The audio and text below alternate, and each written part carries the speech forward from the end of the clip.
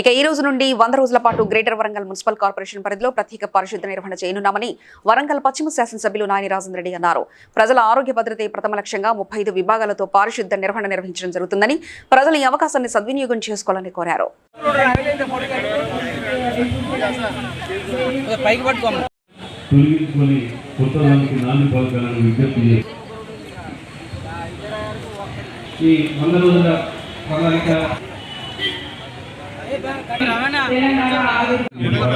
తెలంగాణ ఆవిర్భావం సందర్భంగా అందరినీ కోరుతున్నాను.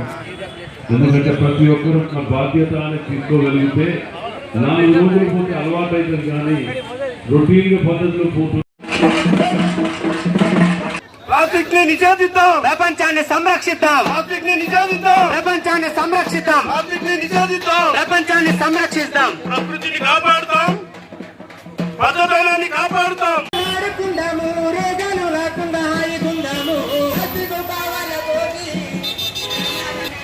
నగరంలో జనమంతా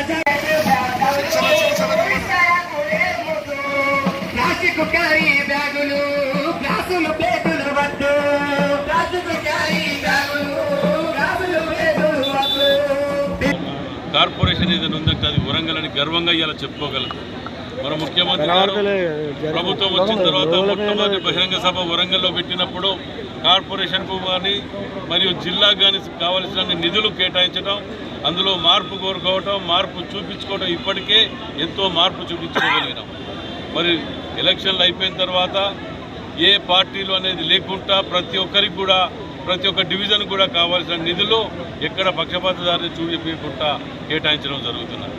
మరి ఈ మార్పు అనేది ప్రతి ఒక్కరు భాగస్వామ్యులు కావాలి. వరంగల్ కార్పొరేషన్లో ఉన్న ప్రతి ఒక్కరు కూడా భాగస్వామ్యులు కావాలని మీ ద్వారా ఇప్పుడు